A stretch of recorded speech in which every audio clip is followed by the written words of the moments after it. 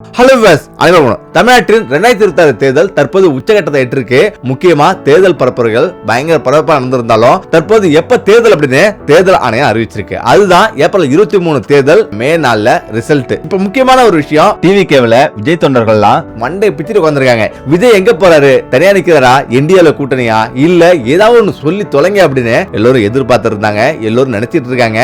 அவருடைய தொண்டர்கள் ரொம்ப உச்சகட்டத்துல பரபரப்பா வந்திருக்காங்க. இப்ப என்ன நடக்குது அப்படின்னு உங்களுக்கு தெரிஞ்சது அப்படின்னா அதிர்ச்சி அடைவீங்க. அந்த அளவுக்கு பரபரப்பான நிகழ்வுகள் நடந்துட்டு இருக்கு. விஜய் 2026 தேர்தல்ல கண்டிப்பா முதல்வர் ஆவாரா ஆக மாட்டாரா அப்படின்னு இப்படி மக்களுடைய மனதுல பயங்கர ஒரு ஆர்வமா இருக்கு.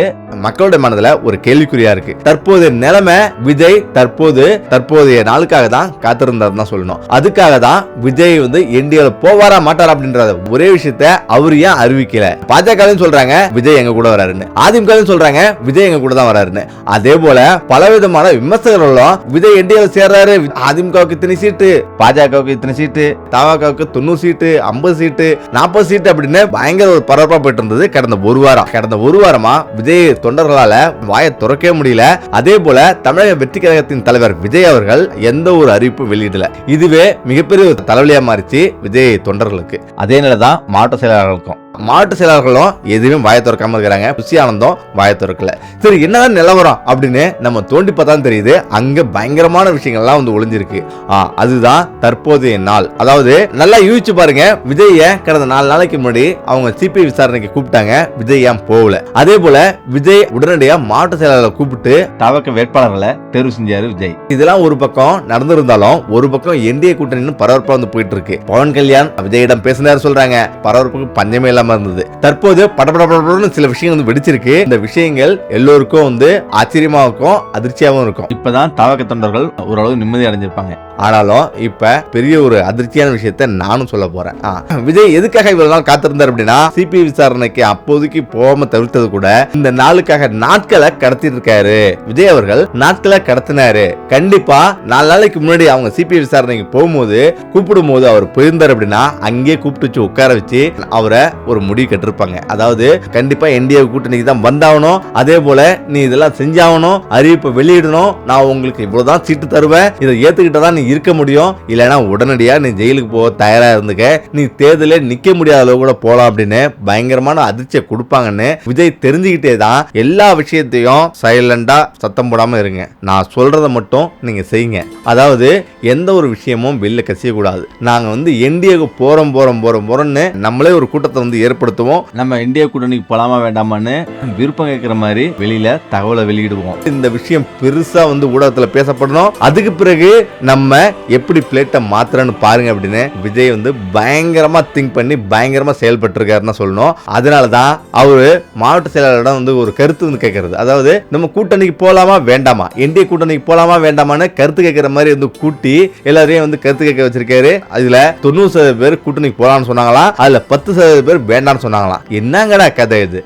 அதுல முக்கியமா ஒண்ணு கவனிக்கணும், எந்த ஒரு உண்மையான தாவக்க தொண்டனோ எந்த ஒரு உண்மையான விஜயோட விசுவாசியோ கண்டிப்பா கூட்டணி போகணும்னு சொல்லவே மாட்டான். ஏன்னா நான் 4 நாளைக்கு முன்னாடி ஒரு வீடியோ ஒன்று போட்டிருப்பேன், அதுல போய் பாருங்க விஜய்க்கு எவ்வளவு பவர் இருக்குன்னு. உண்மையிலேயே நிறைய பேருக்கு தெரியுது, ஆனா தெரியாத மாதிரி நடிக்கிறாங்க. அதுதான் உண்மையும் கூட. நான் கடந்த சில நாட்களுக்கு முன்னாடி ஒரு 4-5 மாசம் கருத்து கணிப்பு நடத்திருக்கேன். ஆரம்பத்துல கம்மியா இருந்தாலும் நாட்கள் ஆக ஆக அவருடைய செல்வாக்கு உயர்ந்தே வருது. முன்னாடிலாம் 30% சொன்னாங்கல்ல, அதெல்லாம் பொய். அவருக்கு ஆவரேஜ் 50% இருந்து ஏறிட்டு வருது. 75% வரலையும் அவருக்கு வந்துருக்கு. ஆனா ஊடகத்துல சொல்றது எல்லாமே பொய் தான். எல்லாமே தற்போதைய திமுக அரசுக்கு அவங்க சாதகமாவே தெரிவிச்சுட்டு வந்திருக்காங்க. ஆனா உண்மை நிலவரம் என்னன்னா, இவங்க ஏற்கனவே செஞ்சது எல்லாமே பொய் தான் சொல்லணும். புதிய தலைமுறையில போன வாரத்துல யார் தமிழ்நாட்டோட அடுத்த முதல்வர் அப்படின்னு கேள்வி கேட்டிருக்காங்க. அதுக்கு 5 லட்சம் பேர் வாக்களிச்சிருக்காங்க. அதுல 58% பேர் விஜய்க்கு வாக்களிச்சிருக்காங்க. அதே போல நான் கருத்து கணிப்பு நடத்துறதுல பெரும்பாலும் 58% பேர் விஜய்க்கு தான் வாக்களிச்சிருக்காங்க. அப்ப விஜய்க்கு குறைஞ்சபட்சம் 40% மேல ஓட்டு இருக்கு. 58% அவருக்கு ஓட்டு இருக்கு. ஆனாலும் நீங்க நினைக்கலாம் திமுக இது தெரியாது, அதிமுக இது தெரியாது அப்படின்னு. கண்டிப்பா அப்படிலாம் கிடையாது. அதிமுகவுக்கும் திமுகவுக்கும் நல்லாவே தெரியுது. இந்த 2026 தேர்தலில் நம்ம ரொம்ப கஷ்டப்பட போறோம், டெபாசிட் கூட இழக்க முடியாத சூழ்நிலைக்கு வரலாம் அப்படின்றது கூட இந்த ரெண்டு கட்சிகளுக்குமே தெரியும். ஏன்னா நம்மளே கருத்து கணிப்பு நடத்தும் போது அவங்க எந்த அளவுக்கு இந்த கருத்து கணிப்பு நடத்திருப்பாங்க. அதனாலதான் டிவிகே காரங்க எங்கெல்லாம் கருத்து கணிப்பு நடத்துறாங்களோ அங்கெல்லாம் பிரச்சனை வெடிச்சது, அங்கெல்லாம் அவங்க நடத்த விடாம தடுத்துட்டு இருந்தாங்க. ஆனா உண்மை நிலவரம் என்னன்னா, இதுல கண்டிப்பா விஜய் இப்ப என்ட்ரி கொடுத்தது மிகப்பெரிய தலைவலியா தமிழ்நாட்டுடைய அரசியல் காலமே மொத்தமா மாறி இருக்கு. அதாவது பழைய காலங்கள் சொல்றாங்கல்ல, எம்ஜிஆருடைய காலங்கள் திரும்பி இருக்கு, அதாவது 67 காலங்கள் திரும்பி இருக்குன்னு சொல்றாங்க. உண்மையிலேயே அதை விட ஒருபடி மேல போய் விஜய்க்கு செல்வாக்கு இருக்கு. அதுவும் அதிகப்படியான செல்வாக்கு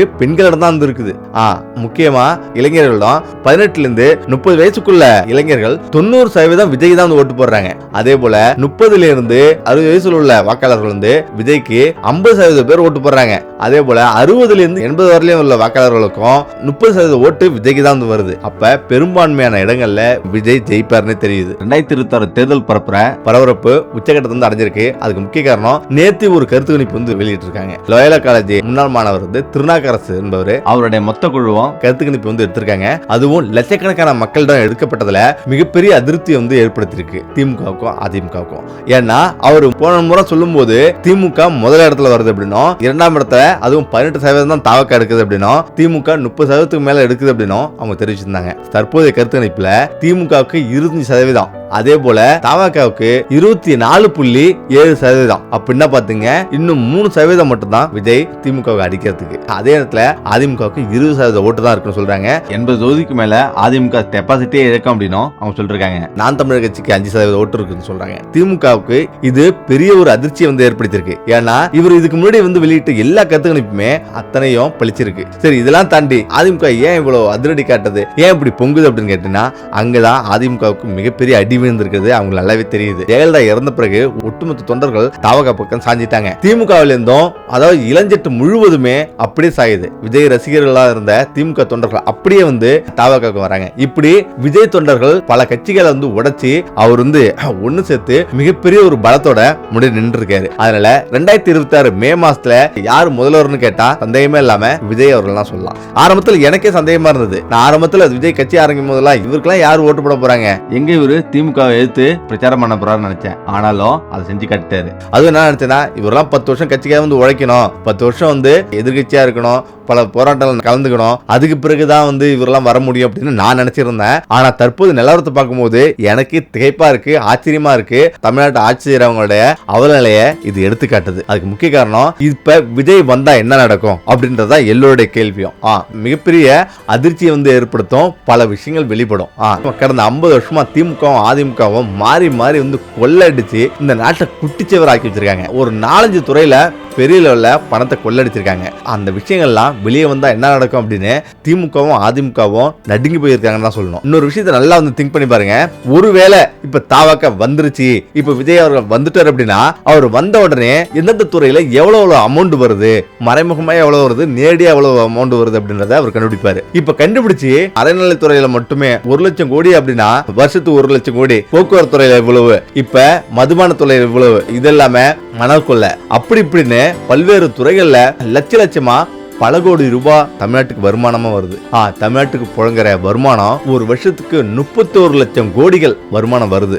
அவ்வளவு வருமானம் வந்தோம் 5 லட்சம் கோடி ரூபாய் இந்த 5 வருஷத்துல வாங்கியிருக்காங்கன்னா எவ்வளவு பெரிய கொள்ளை நடந்திருக்கு பாருங்க. அதுலயும் அந்த 5 லட்சத்துல 2 லட்சம் கோடி ரூபாய் கிட்டத்தட்ட அவங்க கொள்ளையா அடிச்சிருக்காங்க அப்படின்னு பல பேர் சொல்லிக்கிறாங்க. உண்மையிலேயே என்ன நடந்தது அப்படின்றத விஜய் வந்தார் அப்படின்னா பல பேருடைய உண்மை முகம் வெளியே வர ஆரம்பிக்கும். இவங்க அடிச்ச கொள்ளைகள் எல்லாமே பார்த்து விஜய் அவர்கள் அதிர்ச்சி ஆயிடுவாரு.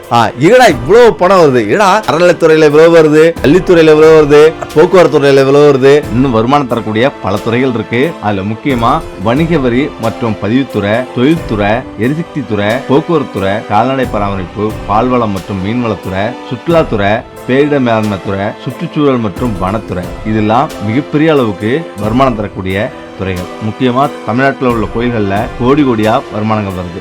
ஏகப்பட்ட துறைகள் வந்து தமிழ்நாட்டில் இருக்க. அந்த துறைகள்லாம் இவ்வளவு வருமானம் வருது, இவ்வளவு வருமானத்தை என்னடா பண்ணீங்க அப்படின்னு கேள்வி கேட்பற மாட்டாங்களா? கண்டிப்பா அவங்க அடிச்சு எவ்வளவு ஊழல்ன்றதை அவர் வந்து வெளியே கொண்டு வர மாட்டாரா? கண்டிப்பா இதனாலேயே மிகப்பெரிய ஒரு அப்செட்ல, மிகப்பெரிய ஆதங்கத்துல திமுகவும் அதிமுகவும் வந்துருக்காங்க. முக்கியமா இதுல திமுகவுக்கு தான் புள்ளி கிடைக்குது. ஏன்னா அடுத்த 10 வருஷத்துக்கு 15 வருஷத்துக்கு நம்ம வர முடியாம போயிடுமோ அப்படின்ற ஒரு பயமும் அவங்களுக்கு கலந்துருக்கு. ஏன்னா இவங்க அடிச்சு கொல்ல அடிச்சு பழகிட்டாங்க. இதுக்கு மேல பழகின கையால திரும்பவும் வந்து ஆட்சி கையை விட்டு போகுது. அரசியல்ல பழகினவங்களால சும்மாவே இருக்க முடியாது. அது ஒரு போதை மாதிரி. அந்த போதையிலிருந்து வெளில வர்றது அவ்வளவு சாதாரண விஷயம் கிடையாது. இப்ப அப்படிதான் அவங்க எல்லாருமே தவிச்சிட்டு இருக்காங்க. தற்பொழுது இந்த கருத்து கணிப்பெல்லாம் தாண்டி தற்போது விஜய் அவர்கள் எதுக்காக இவ்வளவு நாள் காத்திருந்தார் அப்படின்னா, இவர் டெல்லி சென்றா சிபிஐல பல விதமான பிரச்சனை வந்து ஏற்படும். தேர்தல் ஆணையம் நாட்கள் அறிவிச்சுட்டா, எப்ப தமிழ்நாட்டோட 2026 தேர்தல் அறிவிச்சிட்டாங்க அப்படின்னா அதுக்கப்புறம் அவ்வளவு சீக்கிரம் ஒண்ணும் பண்ண முடியாது. நம்மளும் பொறுமையா அமைதியா வந்திருப்போம். என்ன நடக்கட்டும் அப்படின்ட்டு விஜய் அமைதியா இருந்தாரு.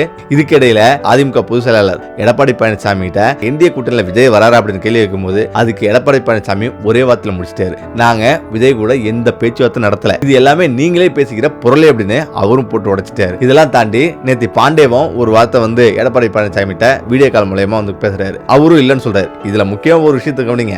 அரசியல் பேசுபவர்ல முக்கியமான ஒருத்தர் தான் பாண்டே. நேத்து ஒரு நிகழ்வு நடந்தது. உண்மையிலே எனக்கு அதை பார்க்கறதுக்கு பயங்கர அதிர்ச்சி ஆச்சு. அதாவது ஒரு பெரிய ஸ்கிரீன்ல தமிழ்நாட்டோட தலைவர்களோட போட்டோ வருது. தமிழ்நாட்டோட ஒவ்வொரு தலைவர்களை பத்தி அவர் வந்து கேள்வி கேட்கிறாரு.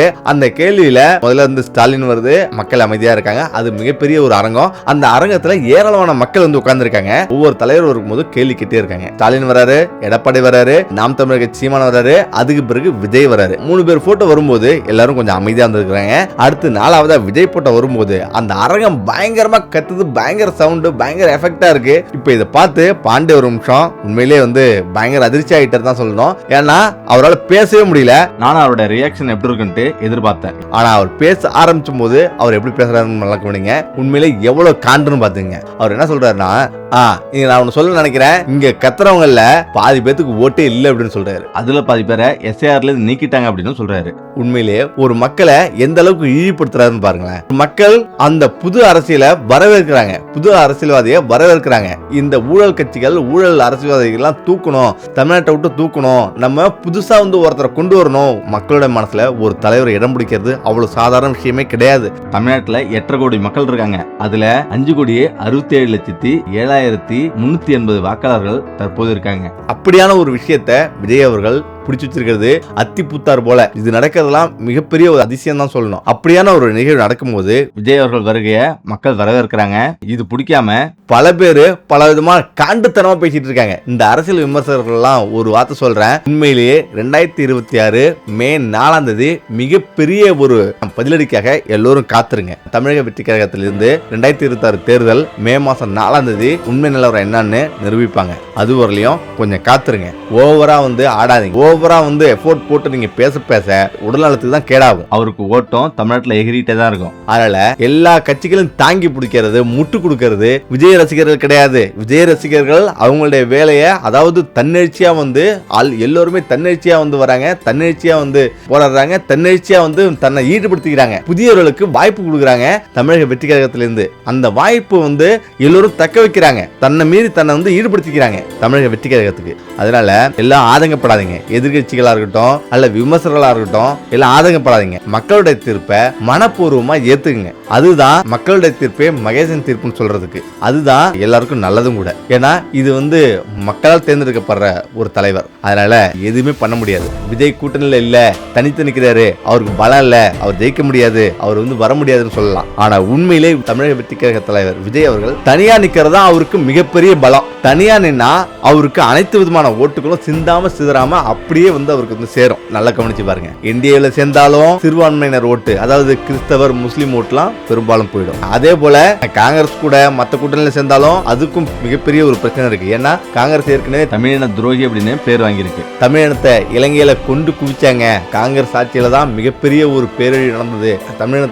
தமிழினத்தை அழிச்சவங்க காங்கிரஸ் கட்சியா இருந்தா அந்த பேச்சு இன்றைய வரலையும் ஓடிட்டு இருக்கு. அதனால விஜய் தனியா நிக்கிறது 100% நல்லதுதான். அதே இடத்துல நினைச்சு பாருங்க, காங்கிரஸ் ஒருவேளை வந்திருந்தா ஒரு 4% ஓட்டு கொண்டு வந்திருப்பாங்களா? ஆனா அவர் ஒரு தேசிய கட்சின்றத மக்கள் ஓரளவு ஓகேன்னு சொல்லுவாங்க. ஆனாலும் உண்மையிலேயே விஜய்க்கு 4% இல்ல, அவர் தட்டி தூக்குனா 40% மேல 50% வரலையும் அவருக்கு ஓட்டு கன்ஃபார்ம்டா இருக்கு. அதுவும் பெண்கள் மத்தியில, கிராமத்து மத்தியில மிகப்பெரிய ஓட்டு வங்கிய விஜய் அவர்கள் வச்சிருக்காரு. அதனால தமிழக வெற்றி கழகம் இந்த 2026 தேர்தலில் மிகப்பெரிய சாதனை புரியும் அப்படின்னு நான் நம்புறேன். ஓகே, நம்மள இந்த வீடியோ பேசுகிறேன். மீண்டும் அடுத்த சந்திப்போம். நன்றி, வணக்கம்.